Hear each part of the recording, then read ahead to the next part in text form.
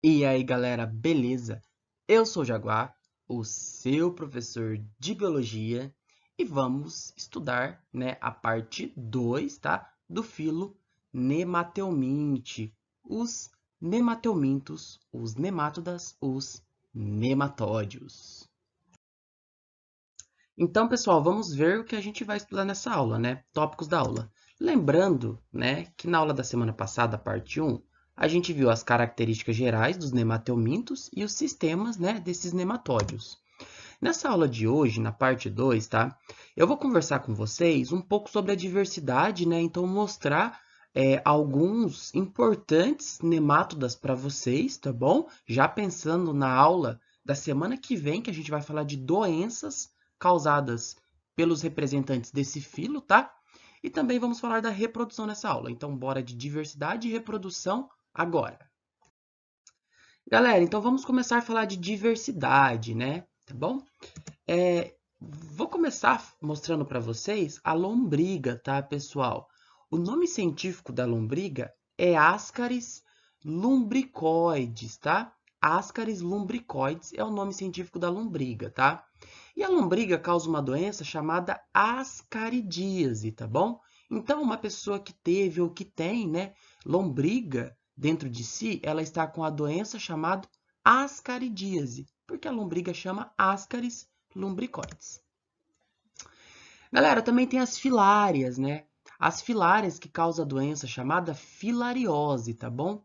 O nome, pessoal, do nemátoda que causa a filariose, tá? É o Wuchereria bancroft. Vou repetir. Wuchereria bancroft, tá? Os Wuchererias bancroft causa a filariose. Vocês vão ver isso semana que vem, tá bom, pessoal? Também, pessoal, tem os oxiuros, tá? Os oxiuros. Os oxiuros, pessoal, eles são nemátodas, tá? Que tem o nome científico de Enteróbios vermiculares, beleza? Enteróbios vermiculares. E os enteróbios vermiculares causam uma doença chamada enterobiose. Enterobiose, tá?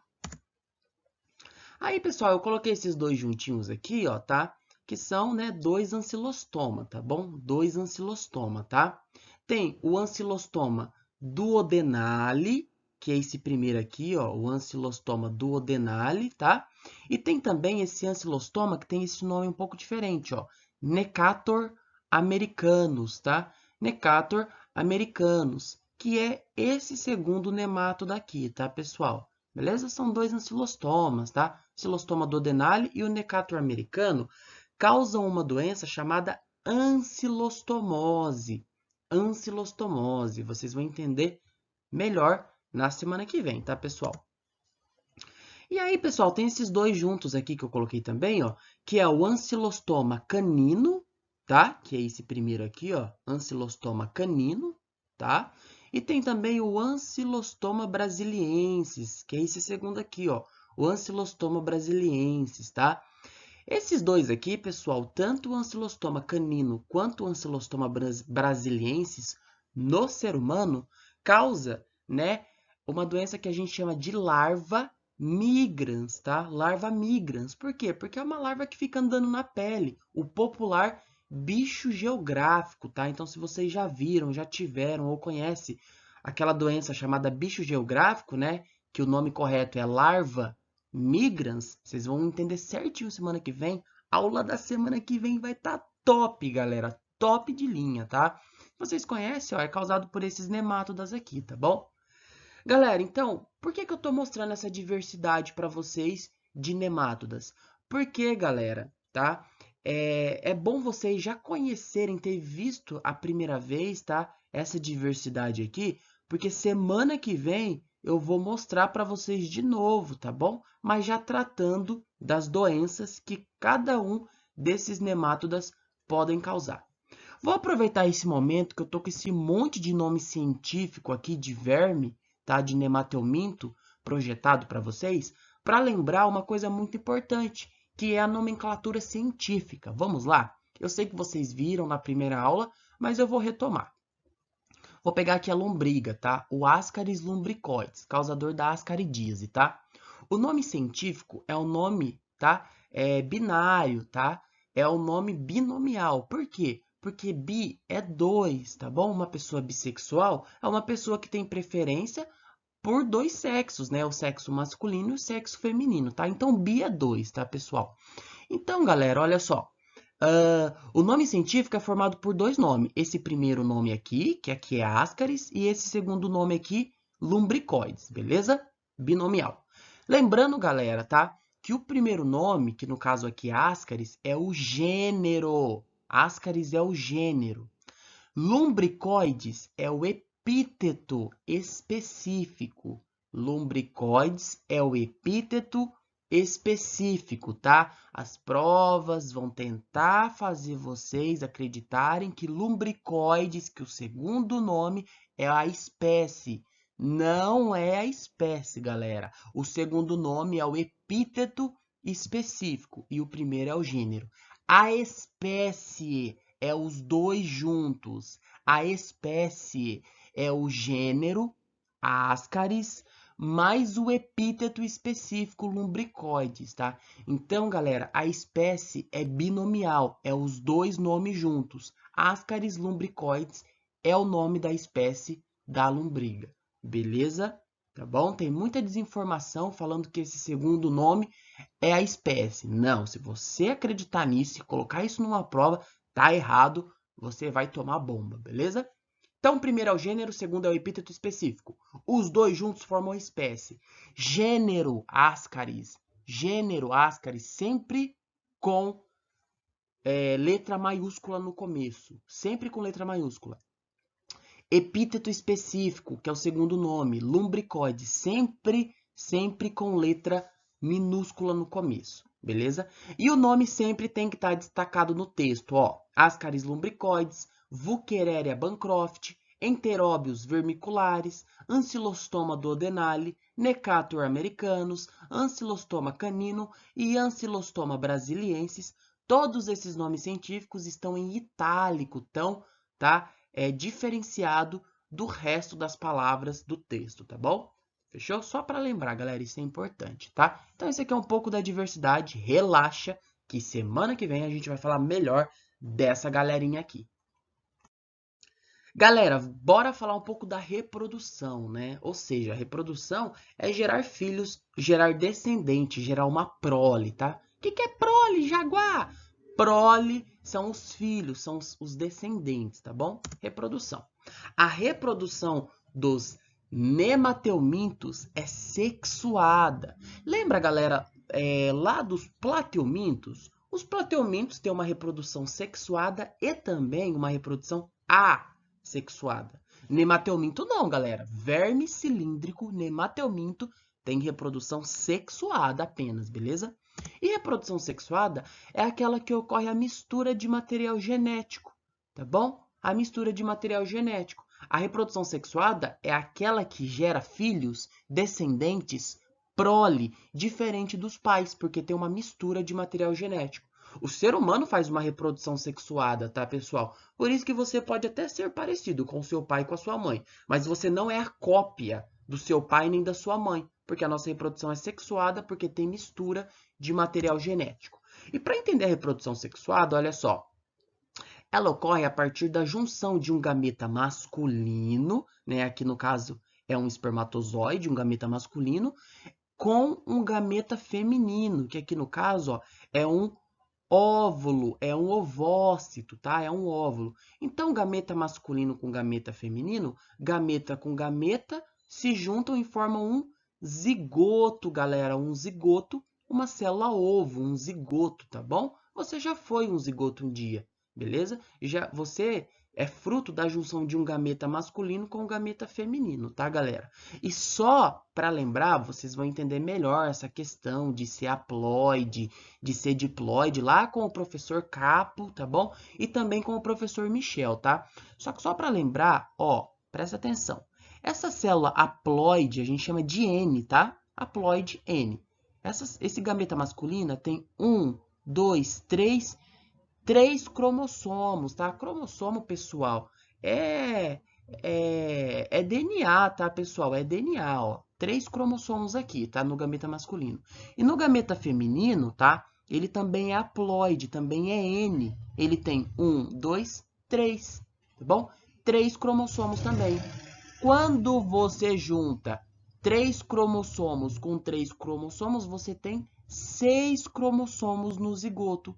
1, 2, 3, 4, 5, 6 cromossomos. Então, o zigoto, ele tem 2 vezes o número de cromossomo do gameta masculino, tem 2 vezes o número de cromossomo do gameta feminino. Então, o zigoto, a célula ovo, tá? Tem 2 vezes o N, por isso que é diploide. Di é 2, tá, pessoal? Por isso que é diploide, beleza? Porque tem 2 vezes o número do N do haploide. Vocês entenderam isso? Beleza? Haploide, haploide, 3, 3. Diploide, 2 vezes 3, 2N, tá bom? Tem o dobro do número de cromossomo. Cromossomo é DNA, tá? DNA é material genético. Então, notem, galera, que houve uma mistura de material genético. Uma mistura, olha só, dos cromossomos no zigoto que vai se tornar o filho. Sexuada, ocorre a mistura de material genético. Fechou? Espero que vocês tenham entendido isso aqui, viu, galera? Isso aqui é muito importante. Fechou? Então, pessoal, bora continuar falando de reprodução, né? Agora que vocês sabem que os nematóides, né, eles fazem reprodução sexuada com mistura de material genético, bora falar também que os nemateumintos, tá? Eles podem ser dioicos ou monóicos. Ai, Jaguar, que diabo é isso? Galera, monóico é a mesma coisa que hermafrodita, tá bom? Mono, pessoal, mono quer dizer um, tá bom? Monóico quer dizer hermafrodita, um. O que isso quer dizer, tá? Um indivíduo monóico, pessoal, um indivíduo hermafrodita, é aquele indivíduo que dentro de si tem o sistema reprodutor masculino e, ao mesmo tempo, o sistema reprodutor feminino, tá bom? Então, não tem macho nem fêmea nessas espécies, tá? Porque o que é ser macho em biologia? Ser macho em biologia, tá? É ter o sistema reprodutor masculino, é produzir espermatozoide, ponto, é só isso, tá? Não é ser viril, não é ser másculo, isso não, isso é questão social, tá bom? Em biologia, ser macho é ter sistema reprodutor masculino, é produzir espermatozoide, apenas, tá bom? Ser fêmea em biologia, tá bom? Não é ser delicada, não é ser, né, nada disso, isso é social na nossa espécie, tá, pessoal? Ser fêmea em biologia é ter dentro de si o sistema reprodutor feminino, é produzir óvulo apenas, tá? Os hermafroditas, os monóicos, não existe macho e fêmea, tá? Beleza? Um indivíduo monóico, hermafrodita, dentro de si tem os dois sistemas, masculino e feminino ao mesmo tempo. Então, o indivíduo monóico, ao mesmo tempo, produz espermatozoide e óvulo. Isso é ser monóico, isso é ser hermafrodita, tá, galera? Dioico, o ser humano já é dioico. Por quê? Porque o ser humano, né, tem um indivíduo macho e um indivíduo fêmea. O indivíduo fêmea, tá bom? Tem dentro de si o sistema reprodutor feminino e produz o gameta óvulo. O indivíduo, né, macho, tá? Tem o sistema reprodutor masculino e produz espermatozoide. Isso é ser dioico, tá bom? É ter os sexos separados, beleza? Monóico é o indivíduo que tem os dois sexos ao mesmo tempo, tá bom? Beleza? Espero que vocês tenham entendido isso, tá? Aí, pessoal, alguns nemateumintos dioico, lembrando que nemateuminto pode ser dioico ou monóico, tá? Alguns nemateumintos dioicos, galera, tá? Apresentam, tá? Dimorfismo sexual. Ah, professor, que demônio é isso? Se liga, dioico é aquele que tem sexo separado, né? Como, por exemplo, essa lombriga aqui, ó. Essa maior é a fêmea e esse menorzinho é o macho, tá? Então, essa maior que a fêmea produz o óvulo, tem sistema reprodutor feminino, e esse menorzinho produz espermatozoide, tem o sistema reprodutor masculino, tá? Por isso que eles são dioicos. Só que alguns nemateumintos dioico, né, que tem a fêmea e o macho, tem dimorfismo sexual. O que isso quer dizer? O que quer dizer dimorfismo sexual? Dimorfismo sexual, galera, é quando a fêmea é muito diferente do macho, ao ponto de você olhar uma fêmea e um macho e conseguir separar eles visualmente. Você olha para o macho aqui, você sabe que ele é o macho. Você olha para a fêmea, você sabe que é a fêmea. Como eu sei, professor? Olha só, a fêmea ela é bem maior do que o macho. O macho tem essa estruturinha aqui, ó, para agarrar na fêmea na hora de copular, tá bom? Na hora de injetar os seus espermatozoides dentro dela. A fêmea nas pontinhas não tem essa estruturinha arredondada. Então você bate o olho, é menorzinho, tem essa estruturinha arredondada, é o macho. Então você consegue separar os sexos olhando. Isso é dimorfismo sexual. O ser humano, pessoal, tem pouco dimorfismo sexual. Ah, professor, para, eu olho para um ser humano, eu sei, né? Quem é a fêmea e quem é o macho na espécie humana. É, porque você está dentro da espécie, você faz parte da espécie. Agora, se chega um alienígena, hoje no planeta Terra, tá bom? E vai olhar o ser humano, tá? Ele não tem uma diferença muito gritante entre o ser humano. Então, o ser humano tem pouco dimorfismo sexual, galera. Diferente, por exemplo, de um galho e de uma galinha, né? O galho e a galinha têm forte dimorfismo sexual. O galo, ele é bem diferente da galinha. Você sabe olhando, tá bom? Espero que vocês tenham entendido isso. E para terminar, pessoal, a reprodução, a fecundação dentro dos nemateumintos, travou aqui a língua, a fecundação dentro dos nematódios é interno. O que isso quer dizer? Uma fecundação interna é uma fecundação que ocorre dentro da fêmea, tá? Dentro da fêmea. O ser humano, por exemplo, tem fecundação interna, ou seja, o espermatozoide fecunda o óvulo dentro do corpo da fêmea, na espécie humana. A mesma coisa aqui na espécie dos nemateumintos. O espermatozoide produzido no macho fecunda o óvulo dentro do corpo da fêmea. Isso é uma fecundação interna. Vocês lembram? Lá nos quinidários, galera, lá nas águas-vivas, né, que o macho liberava na água o espermatozoide, né? Aí a água-viva fêmea liberava o óvulo na água e na água o espermatozoide fecundava o óvulo. Como o espermatozoide fecundava os óvulos lá nas águas-vivas, fora do corpo da fêmea, a fecundação é externa, tá? Aqui não, aqui a fecundação é interna, é dentro do corpo da fêmea. Beleza? Espero que vocês tenham entendido isso, viu, pessoal? Para finalizar a nossa aula, pessoal, como corriqueiramente, né, no final das aulas de cada filo, vamos dar uma olhada, vamos prosseguir no nosso cladograma, né? Lembrando, pessoal, que o cladograma aqui é como se fosse uma árvore, né? Uma árvore e cada raminho da árvore aqui, ó, tá? Representa cada filo de animal que a gente já estudou ou vai estudar, tá bom? Lembrando, pessoal, que cada nó, né, cada região dessa, cada nó, né, que bifurca para um lado e bifurca para o outro, representa um ancestral, né? Então aqui, ó, tem um ancestral dessa linhagem e dessa linhagem. Aqui tem um ancestral desse ramo, né, dessa linhagem e dessa linhagem. Aqui tem um ancestral dessa linhagem e dessa linhagem, tá bom? Então, pessoal, o cladograma é uma árvore, né? Uma árvore que a gente chama de árvore filogenética, né? O que é filogenética? Filogenética, pessoal, é parentesco, né? É parentesco. Então, por exemplo, ó, se você pega o anelídeo que a gente vai estudar, né, o artrópode que a gente vai estudar, ó, se você volta no passado deles, ó, eles têm um ancestral bem próximo, tá vendo? Então, eles são mais parentes entre si, porque tem um ancestral, tá? Isso, essa questão de ancestralidade, de quem é mais parente de quem, tá? Vocês vão entender lá nas aulas de evolução, beleza, pessoal? Então, isso daqui, ó, é evolução, tá? Isso aqui é uma aplicação da evolução. Deixo isso lá com o professor Michel e também um pouco com o professor Capo, tá? O que eu quero falar para vocês do cladograma é o seguinte, lembrando que todos os animais vieram de um ancestral protozoário, tá bom? Para ser animal, é necessário ter essas 4 características: ser eucarionte, ser heterotrófico, ser multicelular e ter o estágio larval de blástula, tá, pessoal? Todos os animais, todos os filos de animais, inclusive nós, que somos cordados, temos o estágio larval de blástula. Demorou? Chega aqui nesse ancestral comum, galera, ó, se a gente for aqui para a esquerda, né, a gente vai para o filo de animal que não tem tecido verdadeiro, porífero. Se a gente pega a linhagem da direita, todo mundo daqui para lá tem tecido verdadeiro, beleza? Quando a gente chega nesse ancestral aqui, ó, se você vem aqui para essa linhagem da esquerda, tá? A gente chega no filo de animal diblástico, di é 2, né? Diblástico, que tem 2 folhetos embrionários, a ectoderma e a endoderma, que são os quinidários, as águas-vivas, as anêmonas do mar, as hidras, beleza? Beleza?